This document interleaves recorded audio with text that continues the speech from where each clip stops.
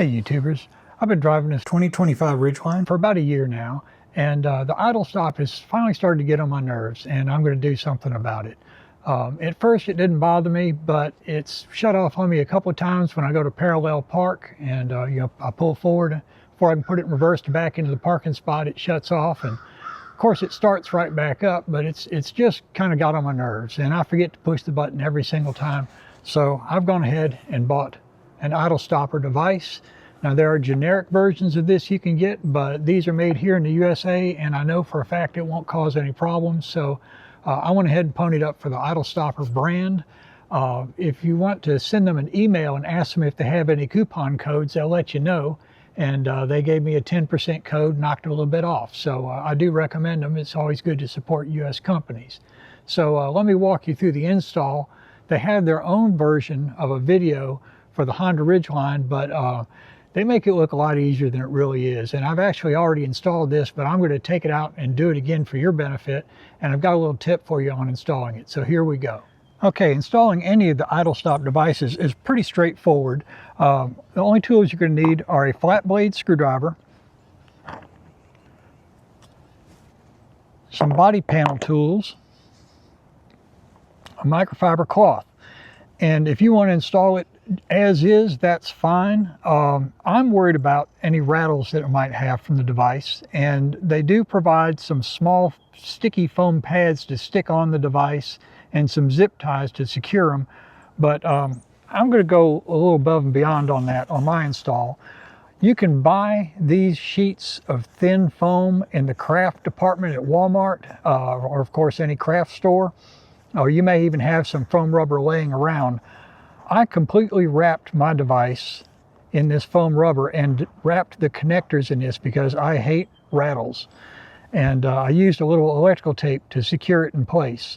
Now, if you happen to have some of that cloth tape that you put on wiring harnesses in cars, that would be even better than electrical tape, but electrical tape will do just fine. Okay, the first thing we're going to do is remove this panel right here, and this is the hardest part of the entire install. Now, the way they do it in the idle stopper video is they put down a cloth like that, and they slip a screwdriver through this little slot you see here in the front, and they twist and pry with the screwdriver, and they're able to get that up. That wasn't working for me. This thing is in there really tight, and there's a clip at either end. And I had better luck putting a body panel tool in this slot here, and then having another one at the ready. And by prying up on that, I'm able to get enough room to get this here near the clip and then pry up.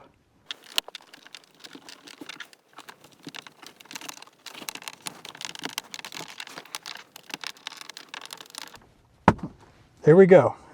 Like I said, that's the hardest part of the entire thing. Once you get one end up, then you can pry the other end up pretty easily.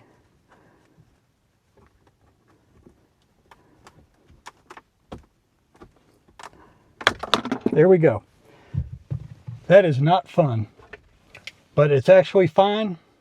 So let's move on to the rest of the process, which thankfully is much, much easier. Okay, now we're going to pry up this piece here. This one's much easier.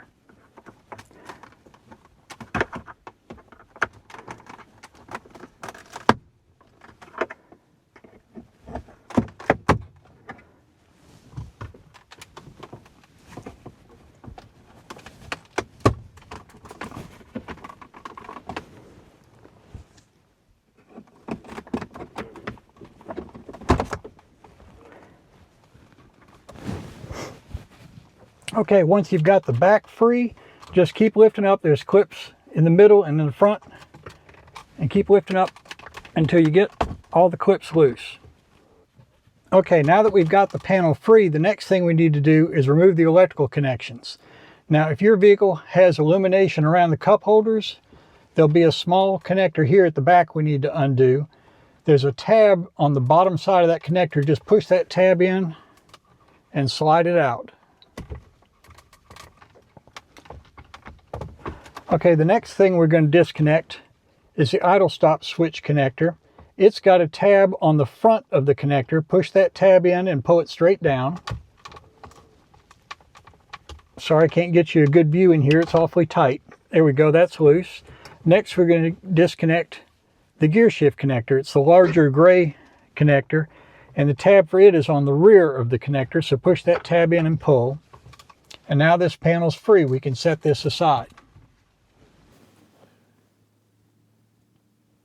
Next we're going to remove the charging pad, and it's the easiest one of all to remove. Just get your body panel tool and slip it under there and just pry up. Compared to the other ones, this one's very easy.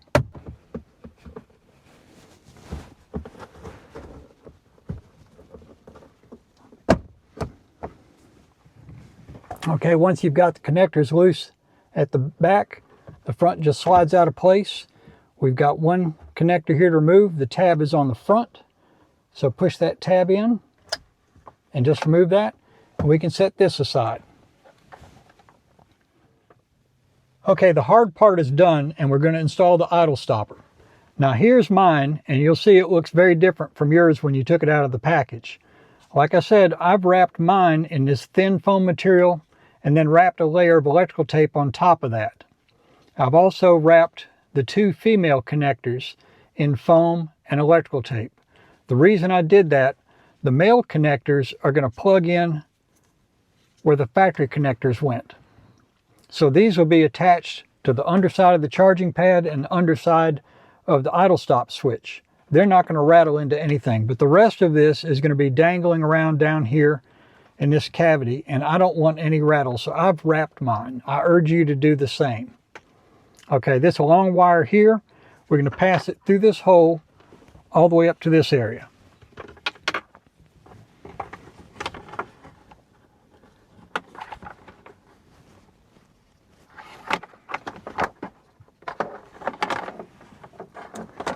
Okay, the wire that used to connect to the charging pad goes into here. And you see how they've already wrapped that in foam? Now this is wrapped in foam. And this connector goes into the bottom of our charging pad.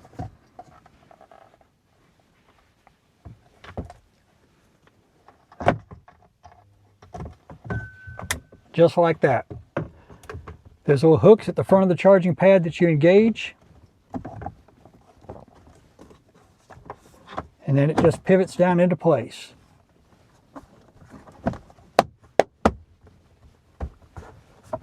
And that's installed. Easy as can be. All right, now we're going to go ahead and put this back in. I'm going to drop this down through this hole. This that used to plug into the bottom of the idle stop switch plugs in here. And we can just stuff that down in there. Now this switch goes to our shifter.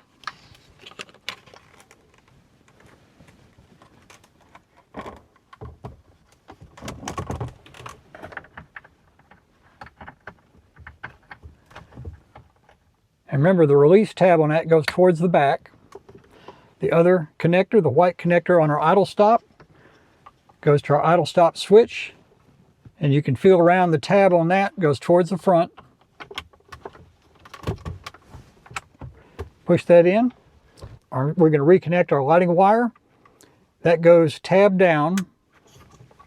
Now we're going to reinstall this part. Make sure you don't have any part of the idle stopper preventing you from pushing this down all the way. And we're just going to push down until all the clips clip into place. Okay, that's installed. Okay, the last thing we're going to do is put this little piece of trim back in place.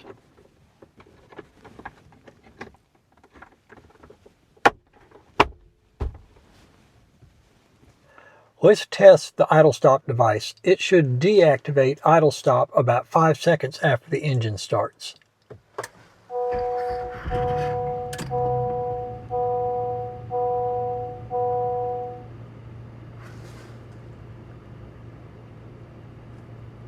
There we go. I'll never have to push that button again.